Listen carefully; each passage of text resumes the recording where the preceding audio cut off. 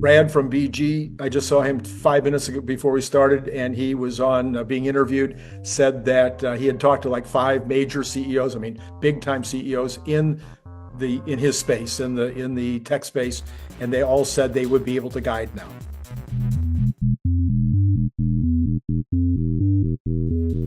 After this, they're good to go on giving guidance. So I thought that was Good to interesting. know. Okay, Yeah, so and Google reaffirmed, I think, their capex this morning in some related interview. Anyway, that was good to see. okay, so I was worried about, because I have been involved in these supply shocks before in my life, and my thought was is in the next 90 days we're going to see a massive pull forward out of these countries. Everybody loves to pull forward, but are we going to end up with some kind of massive uh, uh, situation after that where nobody's buying anything for the next 90 days out of these countries? And that's what I always worry about. The pull forward, everybody's making all kinds of money, but nobody sets it aside for the next 90 days. Yeah, and you're doing a pull forward when you're not sure of what's going to happen from a macro perspective, and you have a president that is, doing the largest tariffs in history. So this pull forward effect, it it gives you great near term unit economics cog structure. But when you start looking at your full balance sheet, you realize that you're bringing forward a lot of inventory, you're paying expedites, and you're carrying inventory. So now you're tying up cash. And if you can't move that product in like the next quarter, well, then now you're all of a sudden you're gonna have a free cash issue. So yeah, these things, it's hard for me to like get on a space or to get on a podcast and get into a real detail. But for supply chain, for balance sheets, this amount of uncertainty, it's like, okay, God, buckle up. You got to figure it out. Got it. And this is what, these executives are paid to do. They're supposed to like figure this stuff out. Trust me, I know it. I'm just saying that you really want to be focused on innovation and how to, excite and please your consumer. And right now you're dealing with a lot of BS. Is like, am I pulling forward inventory? Am I doing this? Am I doing that? There's a lot of other stuff you're dealing with. So you had yesterday and the day before, you had freight that wasn't good, that was booked, that was getting canceled. So now you have these half empty container ships. Then the container rates were falling. Now they're going to be shooting back up. When you have price instability, people they seize up a bit. So I still think you're going to have those situations. If I'm an exporter and I'm going to get hit with a 25% tariff, I think you're going to hear more things like Land Rover, Audi, and others. And I'm fine, by the way, with the final assembly tariff. I don't know if it should be 25%, but I think it's going to drive the right behavior in the U.S. It's just the underlying supply chain where I think it gets a little precarious. Okay, so my number one question, the one I've been dying to hear from you on, because everybody's talking about it. I don't know why the only product, well, I guess it's because the number one product in the world. Everybody wants to know, can the United States make an iPhone at roughly the same price as we pay for them now? Can we do that in the United States? Yeah. And you're My the first advice for people, absolute expert on that. You've yeah. Uh, and I've made smartphones in the United in the United States, but let's in a lot of countries. All I can say on this topic, because it's really getting into a lot of what's happening today, and there's things I can and can't speak to, but we'll say is, first off, this has been done, uh, and you have to think about the economics of it in a lifetime manner. When I say lifetime, not like a human lifetime, but if you have a product, you introduce it, and it's going to live in the world for 3 years. You have to think about it in terms of those lifetime economics, and then are you going to do follow-on generations or not? And so when you think about localizing supply chain, you have to think about your launch economics, your lifetime economics, and then you have to start thinking about the design of the supply chain and what you have capability for, where and how far down the value added chain you want to go by year and what you want to do. And it's not to say that everything's measured in years, but you wouldn't start by taking tier 1 through 7 of the supply chain and moving it in year 1. Nobody does that. So when you see these outlandish, it would cost $30 billion of CapEx and all this stuff, and the phones would be $5,000, literally just crumple it up and throw it over your shoulder. This is not how serious. None of those estimates came from anybody inside of those companies. You'd be thrown out of the room if you brought that in. Nobody would do that. Okay. So I don't know why people are even presenting it. That's what I thought. So the way you would approach it is, like I said, and you would start with this is a handshake. You're working with U.S. trade representatives. You say, all right, how do we what's the end goal here? The end goal here is to employ people and to bring technology here in the United States. So what does that look like in year 1? What does that look like in, month 1?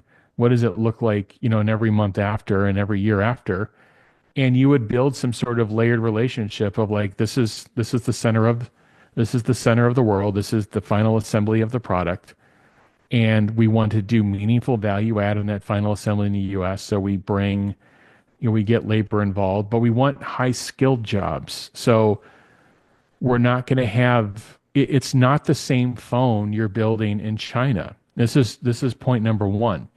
If you're serious about doing this, you wouldn't uplift and transfer the product from China the way it's designed in China today or the way it's designed in Asia today, unless you're under some sort of goofy thing where you're going to get some really large credit and some major subsidy. But I think that's all distorted.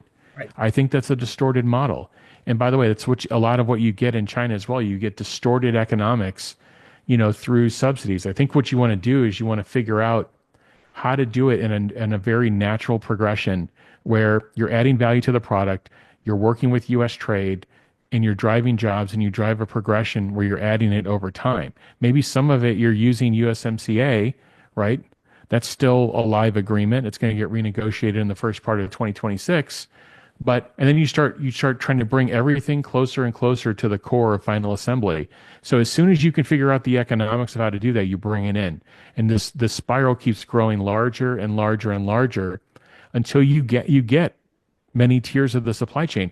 Will you get every part?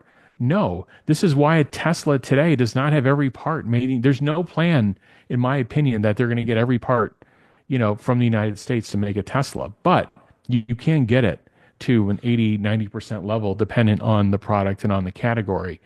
But yeah. And by the way, I see some of these things, they don't even know the basic unit economic structure. Like they think about like CapEx, for example. And some people think that these contract manufacturers own the CapEx. They don't.